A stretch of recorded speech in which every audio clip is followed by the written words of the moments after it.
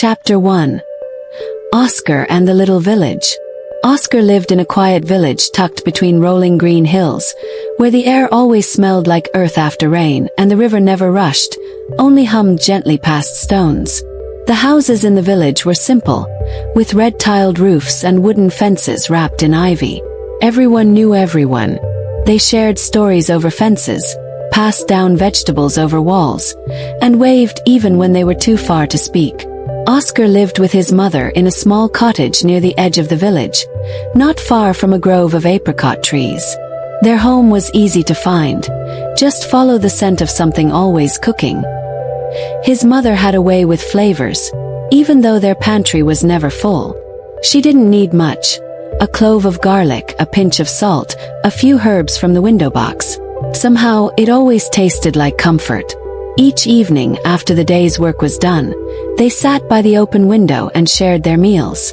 The table was small and a bit uneven, but Oscar loved how the candlelight flickered against the clay bowls and how the shadows danced gently on the walls. Sometimes it was soup made from vegetables that grew crooked in the garden. Sometimes it was rice with egg and soy sauce and a bit of fish if they were lucky. Nothing fancy, but every bite was warm and satisfying. His mother always served Oscar first. She'd gently touch the top of his head and say, "There, for the boy who grows taller each day." Oscar would smile, pretending he didn't notice her saving the last bite for him, even if it meant she had less. But as Oscar grew older, the meals that once felt magical started to feel ordinary. He began listening more closely to the travelers who passed through town, the merchants with their sacks of cinnamon and saffron, the caravan cooks who spoke of golden-crusted pies and meats roasted over open flames until they melted off the bone. They spoke of feasts in castles and pastries dusted with sugar like snow. Oscar's imagination filled with images of long banquet tables and dishes that shimmered under candlelight. He imagined sauces so rich they could bring tears to your eyes, and spices so fragrant they'd make your heart race. One evening after supper, Oscar sat turning his spoon slowly in his empty bowl. The fire crackled beside him. "Mama," he said, "do you think there's a meal out there better than anything we've ever tasted?" His mother looked up from her sewing. "I'm sure the world has many flavors, Oscar. Some we can't even imagine." He hesitated. Then, "I want to find the best one. The best meal in the world." The room fell quiet. The fire made a soft popping sound, and outside, the wind nudged the shutters gently. Finally, his mother set her needle down. She didn't frown. She didn't try to stop him. She just smiled, a little sad, a little proud. "Then you must go, Oscar," she said. "You must taste what the world has to offer. But listen to me carefully." He leaned in. "The best meals don't always come from recipes. They don't hide in gold or glitter. They come from hands that care and hearts that know your name. Don't forget that."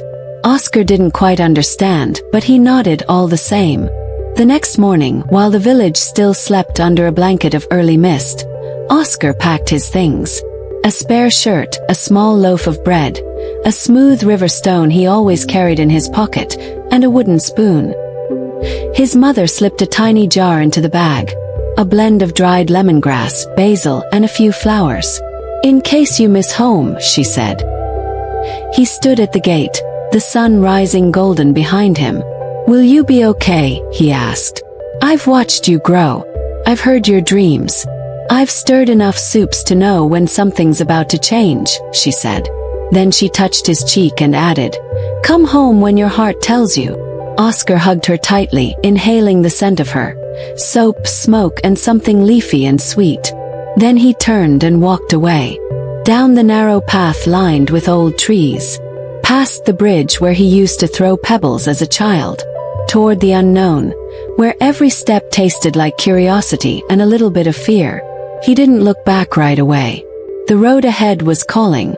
But if he had looked back just once, he would have seen her standing there long after he disappeared. Still smiling, still waiting, a pot of soup gently bubbling on the stove. Chapter 2. The Forest and the Bear.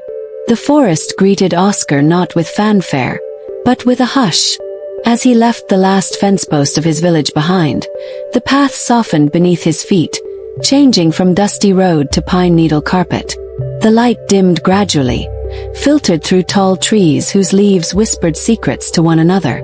Branches arched above him like cathedral ceilings, and beneath them, the world smelled of damp moss, wood, and something faintly sweet, like the memory of rain long gone.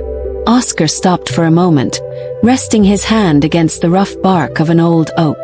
The tree's surface was cracked and cool, with patches of green lichen that looked like continents on a map. He pressed his ear gently against it, half hoping to hear a heartbeat. Of course there was none, but something about the stillness filled him with a quiet reverence. He walked for hours without meeting another soul. Ferns brushed his ankles and small rustlings flitted between bushes, too quick for the eye but not for the ear. A squirrel chattered somewhere above him, and far off an owl hooted, though the sun still lingered in the sky. Eventually, Oscar found a small clearing carpeted in soft clover, where he decided to rest. He set down his pack and lay on his back, watching the branches sway above him.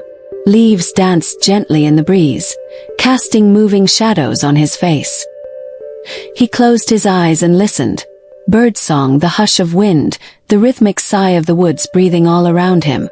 That night, he made a simple fire from dry twigs and roasted the last of the bread his mother had baked. It crisped at the edges, and when he bit into it, he could still taste the faint aroma of her kitchen, wood smoke, salt, and love. He curled up under a tree with his cloak around him and fell asleep to the lullaby of crickets. But in the morning something was wrong. He awoke to the sound of rustling and soft snuffling.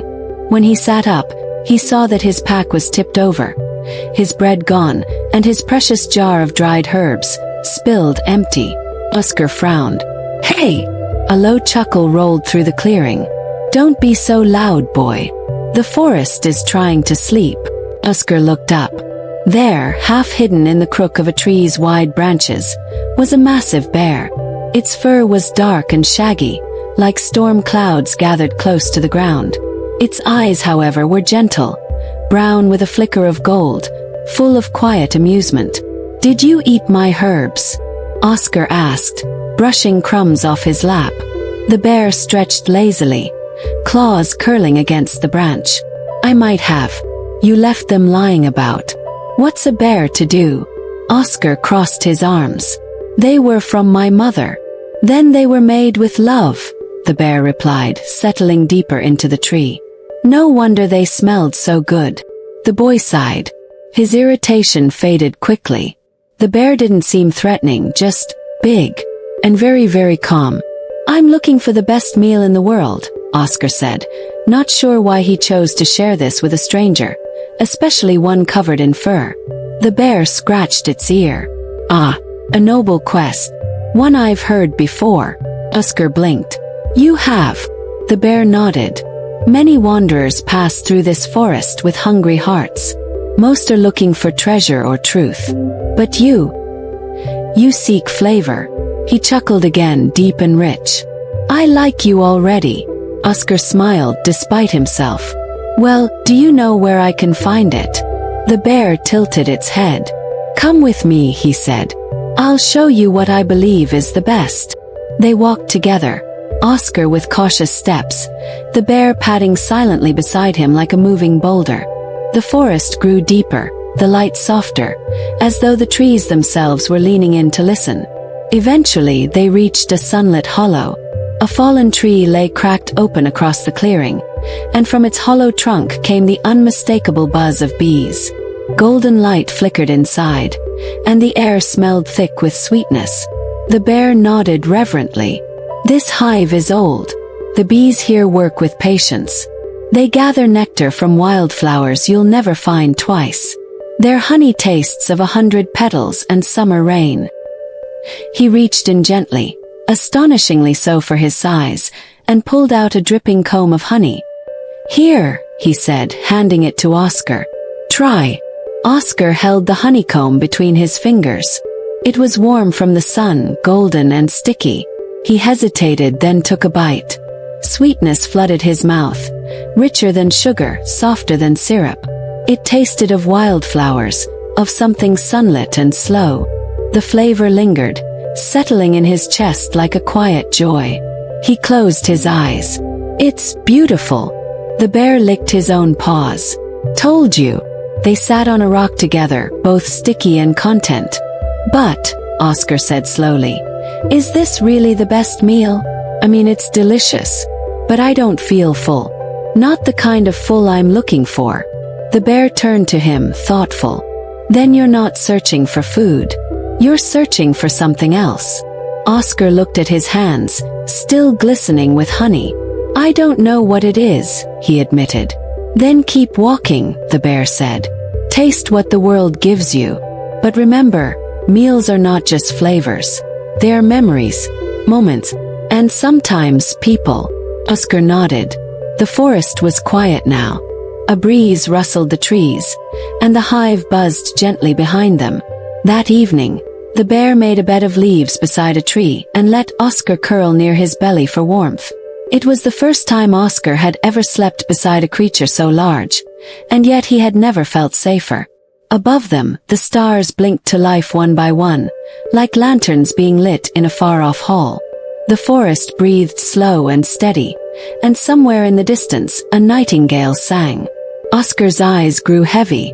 The taste of honey lingered like a lullaby on his tongue, but his heart was still searching, quietly, curiously, and deeply. He didn't know it yet, but every step forward would carry him closer, not to flavor, but to something far sweeter. Chapter 3: The Mountain and the Eagles. The mountain stood like a giant asleep, its peak lost among the clouds, shoulders wrapped in snow and silence. Oscar had seen it from his village as a child, just a smudge on the horizon. But now, standing at its base, he realized how vast the world truly was. The mountain didn't just rise. It loomed, ancient and unmoving, as if it had watched 1,000 lifetimes pass below. He took a deep breath. The air was already thinner, cooler. The scent of pine from the lower forest still lingered faintly, but now there was something else. The crispness of stone, the dry whisper of wind carving its way along cliffs. Oscar began to climb. The path wasn't clear, just a series of ledges, switchbacks, and faint animal trails etched into the mountainside. With every step, the trees thinned, and the sky seemed to grow larger, wider. He had to stop often to catch his breath. The higher he climbed, the quieter the world became. No birdsong, no rustling of leaves. Only his footsteps and the low rush of wind between the rocks. At one point, he paused on a ledge to drink from a trickling stream, the water so cold it made his teeth ache. He looked out and gasped, not from the chill but from the view. The entire valley stretched beneath him like a painted scroll. Rolling hills, ribbons of river, forests that looked like fields of moss. Far, far away, he thought he could see a flicker of his village. A dot of red roof, a curl of chimney smoke. It looked so small, like a memory you weren't sure was real. He wiped his mouth with his sleeve and kept going. The clouds came suddenly, soft and white but heavy with mist. They rolled over the rocks and swallowed the trail. Oscar wrapped his cloak tighter, blinking against the fog. Every step forward was uncertain. He felt as though he were walking inside a dream. Shadows without edges, light without warmth. And then, above the clouds, the sun broke through. Oscar emerged onto a flat, stony ridge, his boots crunching on frost. The sky opened around him in brilliant silence. It wasn't just blue, it was deep like a sea with no bottom, and so clear it made his chest ache. The clouds drifted below like a slow ocean, and the wind carried nothing but cold and light. And then came the cry. A sound sharp enough to slice the air, wild and free. Oscar looked up. Far above, circling wide and slow, were 3 great eagles. Their wings stretched wider than his outstretched arms, feathered with gold and rust and pearl. They moved as if the sky were made of silk, and they had known it forever. No flapping, no struggle, just long, effortless glides. Their cries rang again, echoing off stone and air. Oscar stood frozen, heart pounding. He had never seen anything so beautiful. One of the eagles tilted its wings and spiraled downward, growing larger, nearer. It landed on a jagged rock only a few steps away from him, talons sharp and polished, eyes dark amber and unblinking. Oscar dared to speak. "Are you real?" The eagle tilted its head. Its voice, when it came, was clear and smooth, like wind sliding across glass. "Real enough. And you, young one, why climb so high?" "I'm searching for the best meal in the world," Oscar said. "I've tasted honey in the forest. I've heard stories from a bear. And now, I thought maybe you would know." The eagle blinked slowly, then nodded toward the vast sky. "We do not cook. We do not season. We do not sit at tables. We hunt." Oscar waited, unsure if that was a rejection or an invitation. The eagle continued. "The best meal I've ever had. A hare warm and quick, snatched from a snow-covered slope after 3 days of hunger. I dived through storm and shadow. The wind tried to throw me against the cliffs, but I caught it. And when I ate, the world returned to color." Oscar said nothing. He could almost feel the weight of the wind, the hunger in his bones, the rush of that final moment. But wasn't it lonely?" he asked. The eagle ruffled its feathers. "Lonely? Well, solitary, yes. The sky is wide, but it belongs to those who can bear the silence." Oscar looked down at his boots. "I don't think I'm made for silence. Not that kind." The eagle watched him for a long moment. "Then you are not made for the hunt. You are made for something else." It spread its wings, ready to rise. "You may not find what you seek in cliffs and clouds, but you will understand one thing. Hunger sharpens the heart, and not all meals are eaten to survive. Some are remembered to live." And with that, the eagle launched itself into the air. The wind caught its wings, and it soared upward in a graceful arc before vanishing into the sun. Oscar sat down, legs trembling. His cheeks stung with cold, and his fingers were stiff. He reached into his pack and pulled out a crust of old bread. It was dry and tough, but he chewed slowly, letting it sit on his tongue. The sky around him was still. He thought of the eagle's hunger, the bear's patience, the forest's sweetness. And yet, with all the beauty and danger he had tasted, something still tugged at his chest. A memory, faint but persistent. Garlic crackling in oil. A bowl placed gently in front of him. The sound of a spoon tapping the edge of ceramic. He looked out over the world once more. Was the best meal made of flavor? Or of feeling? He didn't know yet. But he was beginning to suspect that the answer was far softer than the wind, far deeper than the sky. That night, Oscar built a small shelter between two rocks and curled beneath his cloak. The stars above seemed so close now, each one pulsing gently like a heartbeat. He closed his eyes and dreamed of bowls filled with steam, of laughter that lingered longer than flavor, and hands that never asked, only offered. Chuang 4, the sea and moon. After the mountain, the descent felt like walking back into warmth. Oscar's legs ached from the days of climbing. His fingers still stiff from the wind that lived on the cliffs, but the air slowly softened as he made his way downhill. The sky, once razor clear and cold, now thickened with salt. There was something in the breeze, wet and restless, with a hint of seaweed and sun-warmed sand. And then, at last, he heard it, the distant hush of waves. He reached the sea at sunset. It opened before him like a second sky, endlessly wide and constantly moving. The water glowed gold where it caught the sun, and deep blue where it dove into the horizon. Gulls wheeled overhead, calling to each other in sharp voices. The wind no longer whispered. It sang, pulling at his cloak and tousling his hair with briny fingers. The beach was soft and pale, scattered with shells like bits of moonbone. The tide was gentle now, but Oscar could feel the strength beneath it. Power held in reserve, like a sleeping giant breathing just beneath the surface. Beyond the shore, nestled against rocky cliffs, was a small fishing village. Nets hung from wooden poles. Boats bobbed in a curved harbor, their paint chipped by salt and years. Lanterns were being lit along the docks, one by one, as the day slipped quietly into evening. Oscar followed the sound of voices and laughter. It led him to a weathered tavern on the edge of the beach, its windows glowing amber, the air thick with the scent of cooking. Inside it was warm and noisy. Wooden beams overhead, salt-crusted floorboards below, and everywhere the clatter of plates, the creak of chairs, and the low hum of conversation. Fishermen sat elbow to elbow, hair damp from the sea. A fiddler played in the corner. Someone was telling a story too loudly, and someone else was already snoring into their drink. Oscar slipped into a bench near the back, unsure if he belonged, but no one questioned him. A broad-shouldered woman with sun-darkened skin placed a steaming plate in front of him without a word.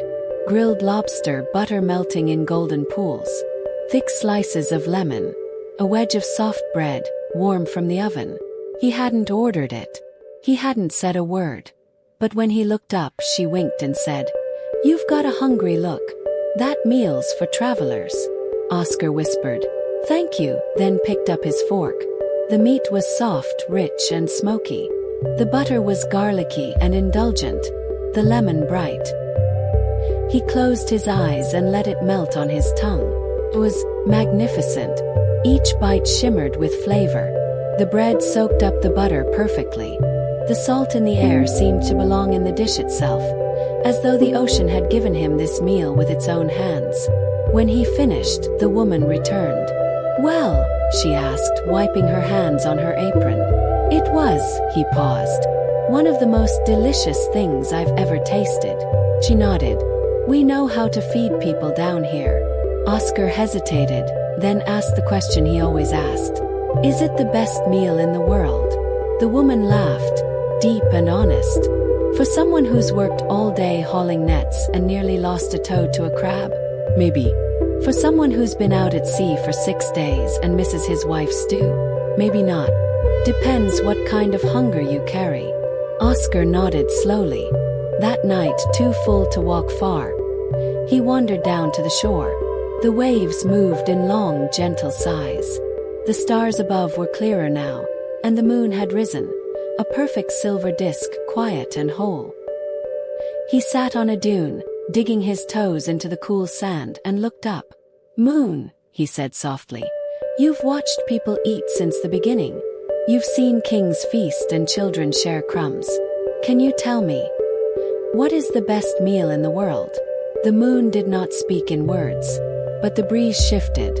The waves leaned closer, and in the hush between sounds, Oscar heard a voice. Not loud, not sharp, but ancient and patient, like water running over stone. "I have seen meals eaten in silence and in song. I have seen banquets devoured in greed and dry bread shared in joy. The best meal is not in the food. It is in the feeling." Oscar closed his eyes. He thought of the honey in the forest, sweet and slow. He thought of the eagle on the mountain, precise, solitary, proud. He thought of the lobster, decadent and bright, a celebration of salt and fire. But what did he feel? Gratitude, yes, but also distance. Even as he ate, he felt far from something, as though the meal spoke to his body, but not to his heart. The moon's voice returned. "You are searching for a taste that cannot be served, a hunger that cannot be named. It lives not in the belly, but in the space between laughter and memory. It lingers in the smell of something once known, in a voice calling you in to eat." Oscar felt his throat tighten. He remembered being small, cold feet on the kitchen floor, his mother's voice calling, "Wash your hands, dinner's ready." The sound of her ladle against the pot. The way she always gave him the roundest egg, the softest bit of tofu. The way she smiled without looking up when he took the first bite. His chest ached, not with pain but with longing. "Then," he whispered to the sea, "what I'm looking for isn't out here at all." The tide crept forward, gentle and sure, touching his toes. The moon shimmered softly above him, as if nodding. Oscar stayed on the shore until the stars blurred with sleep. When he finally closed his eyes, the last thing he felt was the wind brushing his cheek like a mother's hand. Chapter 5: The Sparrow and the Memory. Oscar woke with the first soft light of dawn brushing the sky. The beach was quiet, painted in muted blues and grays, and the tide had crept closer during the night. Seafoam kissed his boots, and the sand was cool beneath his palms. For a moment, he lay still, listening to the slow breathing of the waves. There was peace in the hush, but also something else, an ache he could no longer ignore. He sat up, brushed the sand from his cloak, and began walking inland. The village behind him was still asleep, windows shuttered and smoke rising from only a few chimneys. Oscar didn't look back. His feet carried him down a narrow path flanked by dunes and swaying grasses until he reached a field speckled with early flowers and dew. He moved slowly without urgency, as though some part of him was stalling. He passed quiet ponds where frogs croaked lazily, and a family of ducks floated across the surface, unbothered by his presence. Bees buzzed in a patch of wild clover. The scent of morning, damp earth, fresh grass, the faint sweetness of blooming things, filled his lungs. By midday, he came upon a thicket of trees at the edge of a low meadow, a quiet place, far from the scent of salt and fish, filled instead with a rustle of wind in the leaves and the occasional trill of a bird. He sat beneath a tree, leaning back against the trunk, and closed his eyes. A small sound interrupted his thoughts, a chirp, bright and curious. He opened his eyes to see a sparrow perched on a low branch, tilting its head. "Hello there," Oscar said softly. The bird chirped again, hopping a little closer. Its feathers were plain but tidy, a gentle brown with a dusting of white at the wingtips. It looked at him as if it had something to say. "I suppose you want crumbs," Oscar mused, reaching into his pack. He found a small heel of bread, now dry and crumbling, and broke off a piece. He laid it gently on the grass. The sparrow fluttered down, pecked at it, then looked up at him again. "You've traveled far," the bird said. Oscar blinked. "Did you just speak?" The sparrow tilted its head again. "Not in words your ears hear. But you understand, don't you?" Oscar nodded slowly. "I think I do." "You're searching," said the sparrow. "Yes, for something you already know." Oscar lowered his eyes. "Maybe. I just wanted to find the best meal in the world." The sparrow hopped closer. "And what have you tasted?" "Honey in the forest, roasted meat on a mountain, lobster by the sea. All delicious, but none of them complete, because they were missing something." Oscar looked up. "What?" The sparrow stretched its wings, then settled again. "Memory, meaning, home." Oscar was silent for a long moment. "When I was small," he said quietly, "my mother made soup every evening. Nothing special, just garlic, broth and herbs. But it warmed everything. A room, my chest, my worries. I didn't know it then, but I think I've been chasing that warmth." The sparrow chirped softly. "The best meal isn't the richest or rarest. It's the one you miss when you're hungry. Not in your belly, but in your heart." Oscar nodded. "I miss her." The sparrow tilted its head. "Tell me about her." Oscar smiled, surprised by how quickly the memories came. She always hummed while she cooked, always barefoot in the kitchen, even in winter. She'd taste the soup with the back of the spoon, then nod to herself like she'd solved a riddle. She'd never let the pot go dry, even if we didn't have much. The stew always stretched just enough. The sparrow listened, eyes bright. "She used to tell me that flavor lives in the quiet things. The smell before you lift the lid. The sound of a spoon against the bowl. The feeling when someone remembers how you like your rice." He paused, swallowing. "I didn't know it was special. Not until I left." "Leaving is how we learn," said the sparrow. Oscar sat very still. The wind passed through the grass, bending each blade in a slow wave. The sun was warm now, touching his face and shoulders, and for the first time in a long while, he felt no pull to move forward, only the longing to return. "Do you think she'll be there?" he asked. The sparrow hopped along the branch. "She's there. She's always been there." Oscar looked to the horizon. The road stretched far, But it no longer felt like a distance to cross. Felt like a path back into something whole. "I think I've known all along," he whispered. "I just needed to hear it." The sparrow chirped once more, then fluttered to a higher branch. "Then go, and tell her you remembered. That's all she's ever wanted." Oscar stood, brushing leaves from his cloak. The sparrow's words echoed in his chest like a lullaby. He looked up and smiled. "Thank you." The bird dipped its head and vanished into the trees. Oscar turned to the path. It welcomed him, not as a stranger but as a son returning. The sun climbed behind him, and the breeze carried the scent of fields and orchards and, somewhere far ahead, garlic and broth. He walked slowly at first, his thoughts lingering on the tree where the sparrow had perched. He imagined the rustle of its wings as it joined the sky, small and swift, vanishing toward its own quiet home. And for the first time since he had left his village, Oscar did not feel alone. The world no longer stretched away from him, but circled gently toward the place he had always known. As he walked, he noticed things he hadn't before. The way the sunlight scattered through the branches, the faint hum of bees nesting in a hollow trunk, the rustle of a fox darting through underbrush. All of it seemed to speak the same soft language the sparrow had used, a language not of sound, but of memory. He passed a broken fence wrapped in vines, a stone well leaning slightly to one side, and a scarecrow with one arm drooped and its hat long blown away. All of it felt familiar, maybe not from this road but from roads like it.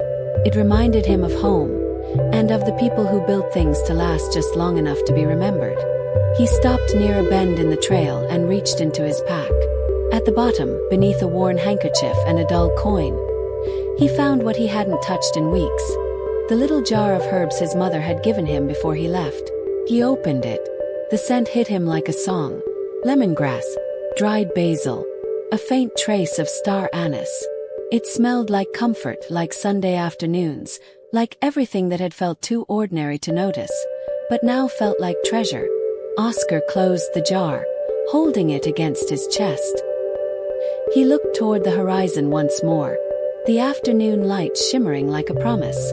His journey was not ending. It was folding back on itself, carrying him not to something new, but to something true. He smiled. Then he walked on, one step after another, toward the scent of soup and the sound of someone humming behind a familiar kitchen door. Chapter 6. The Return. The village looked both smaller and deeper than Oscar remembered. As he stepped onto the winding path that led between the houses, everything seemed touched by time. The fences were slightly more crooked, the stones in the path more worn. The paint on window shutters had faded, but the scent in the air, of earth and wood smoke, of something simmering on a hearth, was achingly familiar. He passed the old well where he used to play, the crooked plum tree that had never borne more than a handful of fruit. A neighbor tending to laundry looked up, blinked in surprise, then smiled without a word. Oscar returned the smile and kept walking. His mother's house sat at the end of the lane, its chimney still tilted, its garden still filled with herbs and flowers, wild and beautiful. The blue shutters were open, light spilled from the windows, and standing in the doorway, as if she'd never stopped waiting, was his mother. She didn't speak. She only opened her arms. Oscar dropped his pack and ran into them. She held him tightly, and for a long moment, neither of them moved. His face pressed into her shoulder, and he breathed in the scent of soap and onions and something sweet baking. She didn't ask questions. She didn't need to. "You're just in time," she finally said. "The soup's ready." Inside, everything was just as he'd left it, slightly cluttered, softly lit, with herbs hanging from the beams and a kettle always singing low on the stove. The table was set with mismatched bowls. A loaf of bread waited beneath a towel, and from the pot came the smell that had lived in his memory for every step of his journey: garlic, broth, and the warmth of home. His mother ladled the soup into a bowl and placed it in front of him. Then she sat across from him as she always had, her elbows on the table, her eyes watching, not with expectation but with love. Oscar picked up the spoon. He took a bite. and the world fell silent. It was simple. It was soft. It had no exotic spice, no unusual ingredient. And yet, it filled him so completely that he couldn't breathe for a moment. He closed his eyes. The taste wrapped around his heart like a blanket. Every flavor was a memory. Every warmth was a return. Tears slipped down his cheeks. His mother reached across the table and touched his hand. "Eat," she said gently. "You've come far." And in that bowl of soup, in that quiet kitchen, Oscar finally found what he had searched the world for. He was home. Chapter 7, The Lesson. The days that followed were quiet and full. Oscar slipped into the rhythm of village life as if no time had passed. Each morning, he helped his mother in the garden, pulling weeds, gathering herbs, brushing dirt from potatoes as the sun warmed their backs. The scent of rosemary clung to his fingers, and the soil beneath his nails felt honest and grounding. He went on long walks through the meadows, now tinged gold with late summer. The air was filled with the drone of bees and the occasional flurry of swallows chasing each other across the sky. Sometimes he would pass a neighbor and exchange a wave, a smile. No questions were asked. In this place, people didn't press for stories. They waited until you were ready to tell them. One evening, the village gathered for the harvest festival. Lanterns were strung between trees, casting a soft glow over the square. Long tables held baskets of apples, jars of pickled vegetables, braided loaves, and steaming pots of stew. Children danced with ribbons. Musicians plucked gentle songs on old instruments. It was the kind of gathering that asked for nothing but presence. Oscar stood at the edge of the square for a while, hands tucked into his sleeves, just watching. Then, a small group of children ran past him, laughing, and he saw something in their carefree joy that tugged at him. He stepped forward. Near the fire pit, an older man who had once been the village baker gestured to a bench beside him. "Oscar, come sit. You've got the look of someone with a tale." Oscar sat. The fire crackled between them. More people drifted near. Someone offered him a mug of warm cider. He took it, the steam rising sweet and spiced. And then, quietly, he began. "I left this village looking for the best meal in the world." A few heads turned. Children quieted and moved closer. "I thought it would be hidden somewhere rare, at the peak of a mountain, in the heart of the sea, deep in the wild. And I found amazing things. I tasted honey with a bear, ate fresh game with eagles. I sat beside a fisherman as he shared his finest catch. But no matter how rich or strange the flavor, it never felt full." He paused, eyes reflecting the firelight. "I met a sparrow who said something I'll never forget. The best meal is the one you miss most when you're hungry. I didn't understand at first. But then I remembered my mother's soup. The way she'd hum as she stirred.